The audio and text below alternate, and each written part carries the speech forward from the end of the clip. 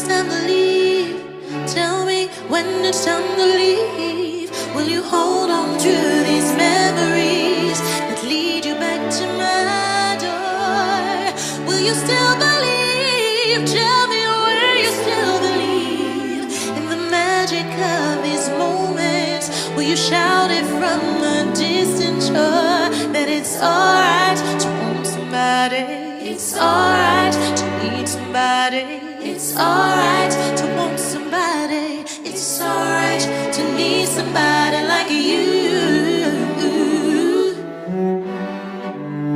Somebody like you. Yeah, I don't want just anybody. Say you'll be my somebody. You.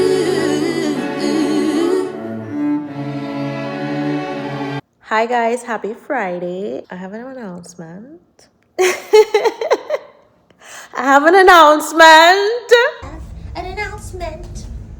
I have an announcement. I have an announcement. The video is coming. Excuse my really dirty mirror. Soon. I have new music coming out. It has been like 5 years since I released anything. I've been releasing videos. I've been focusing on other aspects of my artistry in the meantime. So hopefully it doesn't feel like 5 years. But it's been 5 years, guys. And so I am very excited for this new chapter. And to kick things off, I want to let you know that my new single coming out in September is called Fun. And we're going to be doing Fun Fridays. We're going to take a trip down memory lane because it's Flashback Friday. But it's also Fun Friday because the name of my new song is Fun. Hello. And we're also going to share some fun facts about the music that I created while I was on my way to finding the sound that is gonna be this new project. I have done so much with my voice and my talent over the years. I'm a classically trained singer, so I've done opera, I have done musical theater, I've done R&B, I've done pop, I have done Caribbean music. And I've always been trying to find a way to piece together all the pieces of the puzzle that is Keba. And on this new project, I feel like I finally started to find my hybrid, started to find my formula. But it took a lot of steps and it took a lot of self-discovery. So we are going to go down memory lane and I'm going to share what I learned, and just some fun facts about each song. And we're going to start with Somebody. So fun fact number 1, Somebody is my wedding song. If you do not know me and you don't know anything about me, now you know I'm married. And Somebody was a song that I wrote while I was seeing my husband before we were married. And we were in a long distance relationship, and I felt like, man, my feelings are getting stronger. I want to know if he feels the same way, and is this gonna last through the challenge of being long distance, So if you listen to the lyrics, then that might make a little bit more sense. But it is the song I ended up singing for him at our wedding, and it will always be dear to me. It will always be dear to us, and it will always be one of the love songs that I cherish the absolute most. Fun fact number 2, I wrote Somebody when I had just started dabbling on guitar. I didn't really know what chords I was playing when I first played them. I just knew they sounded good, they felt good, and they reminded me of a Corinne Bailey Rae type record. And so I just chose to explore that more. But I feel like it just goes to show that sometimes it's good to not think so much when you're creating music. Sometimes it's good to not know so that you could come into it with that childlike discovery and just go with what feels good. And like I said, at that time, I was very new to guitar. I was just dabbling and I just came across this without any theory, without any mechanics, and I just went with it. So I always try to remind myself of that experience when I write. Go with a feeling, go with what really feels good and feels, yeah. I don't know, I'm rambling now.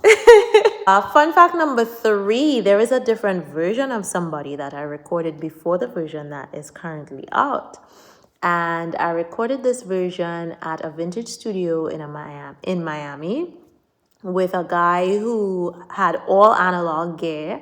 And I went in there and I was like, I'm going to record guitar and I'm going to record vocals. I did a terrible job keeping time on guitar. I could not follow the click track for the life of me. I don't know if it's just because I was new to it. I'm usually good with rhythm, but I was still new on guitar. I was still very green. I still am green. I still have a long way to go on guitar. But yeah, the vocals though, they came out so amazing. And if I could find that vision to share with you guys, I will. But because it was all analog gear and he used the mic that Aretha Franklin is said to have used in her studio sessions, it was just such a warm, robust, like the vocals came out really cool. And that was something that I had to think about when it comes to fun fact number 4. Which fun fact number 4 is that the song changed. The song changed. I changed the structure of the song. I wanted to explore a structure that again did something that I didn't usually do in my songwriting. I wanted to explore a chorus that still required something of me vocally, but remained intimate and remained catchy and remained in a space that I didn't usually explore in my voice. So that's where the somebody like you came from. Instead of doing a big note or a high note or a long note, I just wanted to stay in the pocket and do something a little different.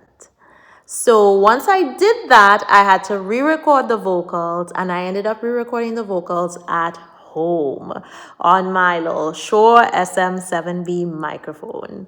And while it is not the vintage studio vocals, it was a huge step for me anyway, because even though I've been behind the board a lot in all my songs or working with other artists, it's different when you are at your home and it's not a space that's engineered for recording, and you're trying to figure that whole process out. And I know it was probably imperfect. Thank goodness for Eric Nunez, who mixed the record and made it sound as great as it did. I also ended up recording guitars, which I didn't keep. I sent those guitars as a reference track to Juan Pablo Daza, and he recorded the final guitars on the track.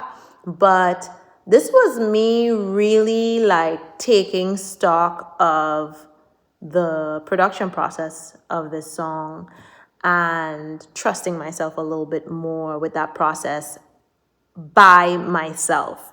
Like I'm not in a studio, I'm not in a space where everything is perfectly set up for you to successfully make a record. I'm in my house, so that was new, and that really started to create a little bit more confidence and curiosity in me for being able to do things at home.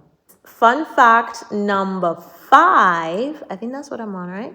Yeah. Fun fact number 5 is we did the reimagined version of Somebody, which had a string quartet and a vocal quartet, in 2021 to release a live performance video of the song. And that project was huge. I was so scared. It was like the biggest investment I had made in my career to date, and working with brand new people who I had never met before, writing arrangements and just kind of sending them to people and hoping like, okay, this is going to come together the way that we hope. And working with such a big team, and there being so many moving parts, and trying to create a project that really told a story through video. That was me learning how to use video as an extension of my art as well. And we had already done Live from the Dungeon as a video project, but that was different because I was with my band and I was with people who I had been working with and performing with for years. And it's different because you have a chemistry, you kind of know each other's, you finish each other's musical sentences. And this was different. This was bigger. This was more uncharted territory. So it taught me a lot about how I wanted to approach video and arrangement, and also just instrumentation, because I was still trying to figure out, well, do I want to do this acoustic sound? And if I do acoustic, do I want it to just be stripped down guitar, or do I want it to be like more orchestral, like more like Adele's kinds of instrumentation? And yeah, it was all experimental in a way, and me discovering myself and discovering how I wanted to express my art. So those are fun facts about somebody, and I hope that you stay tuned for the next Fun Friday. We'll talk about pillow talk. So hi, I'm Keba.